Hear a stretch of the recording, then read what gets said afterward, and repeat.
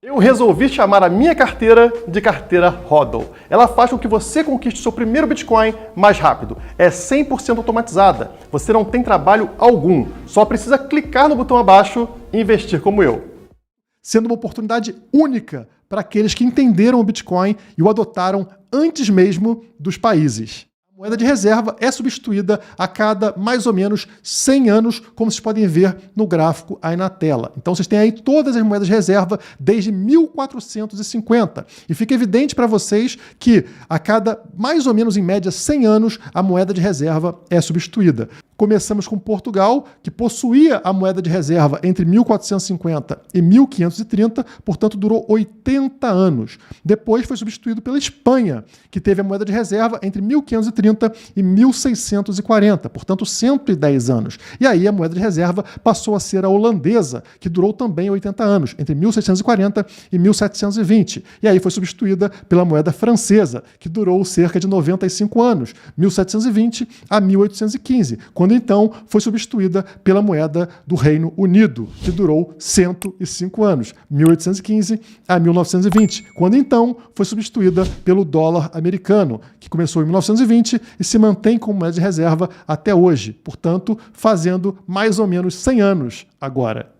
Mas por que diabos essas moedas foram trocadas? Por que a gente não manteve a mesma moeda de reserva desde o início? Por que a gente não usa hoje a moeda portuguesa como moeda de reserva ou a moeda espanhola como moeda de reserva? Bom, porque todos esses países cometeram o mesmo erro que os Estados Unidos também cometeram.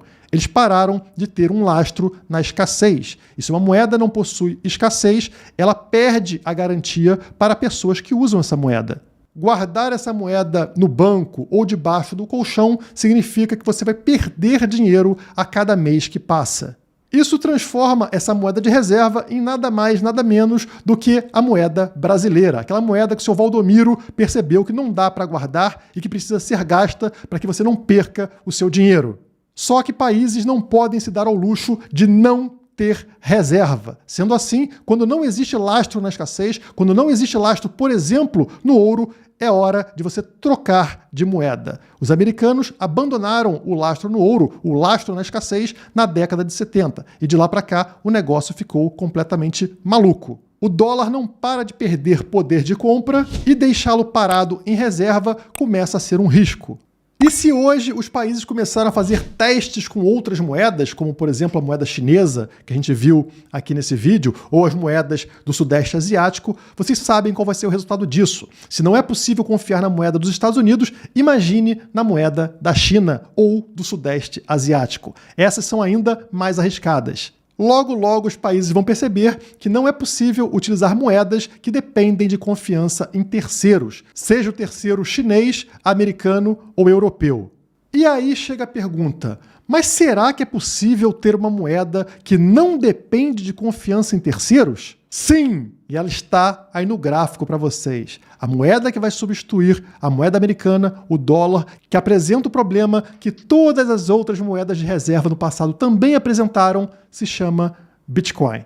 Ao contrário de todas as moedas de reserva do passado, o Bitcoin não perde o seu lastro na escassez. O Bitcoin somente terá 21 milhões de unidades para sempre e não há nada que nenhum governo, por mais poderoso que seja, consegue fazer. Não é possível aumentar a quantia de Bitcoin, não é possível imprimir Bitcoin, não é possível modificar a escassez do Bitcoin. Esse é um processo lento que não acontece de um dia para o outro, mas é um processo contínuo e inevitável. A cada pessoa que adota o Bitcoin, a cada empresa que adota o Bitcoin, a cada país que adota o Bitcoin, o seu valor sobe. Nesse gráfico da tela, vocês percebem o preço do Bitcoin, que é essa linha cinza que sobe e desce, e uma linha azul, que é a linha de adoção, a curva de adoção do Bitcoin. Vocês percebem que as coisas estão interligadas. Quanto mais adoção tem o Bitcoin, maior é o seu preço.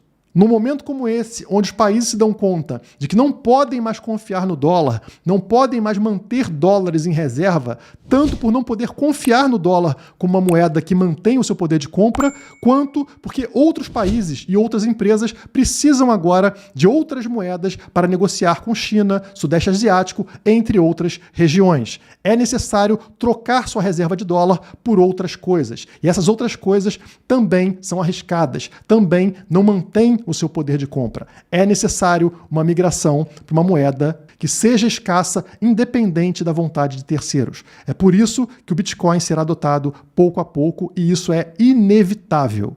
É a primeira vez na história que a adoção acontece de baixo para cima e não de cima para baixo. Um país criando uma moeda e jogando essa moeda para baixo, né, dos mais ricos para os mais pobres. O Bitcoin foi ao contrário. Ele vem da plebe, ele vem de quem está lá embaixo e começa a acumular e somente depois empresas começam a adotar e somente depois países começam a adotar. Isso inverte esse processo de enriquecimento, sendo uma oportunidade única para aqueles que entenderam o Bitcoin e o adotaram antes mesmo dos países. A nobreza do futuro não será formada por políticos e empresas ligadas ao Estado, e sim pelas pessoas que entenderam o Bitcoin e o adotaram primeiro. Quanto antes você entender que o NFT de oncinha, apesar de fofo, é um golpe, melhor para você. Não importa se esse processo vai levar 5, 10 ou 50 anos. Estar do lado certo significa que você continuamente vai ganhar valor sobre isso daqui. Se gostou desse vídeo, não esqueça de deixar aquele like, se inscreve no canal caso não seja inscrito e compartilhe esse vídeo com aquele seu amigo da Faria Lima. Por hoje é só, muito obrigado e até a próxima.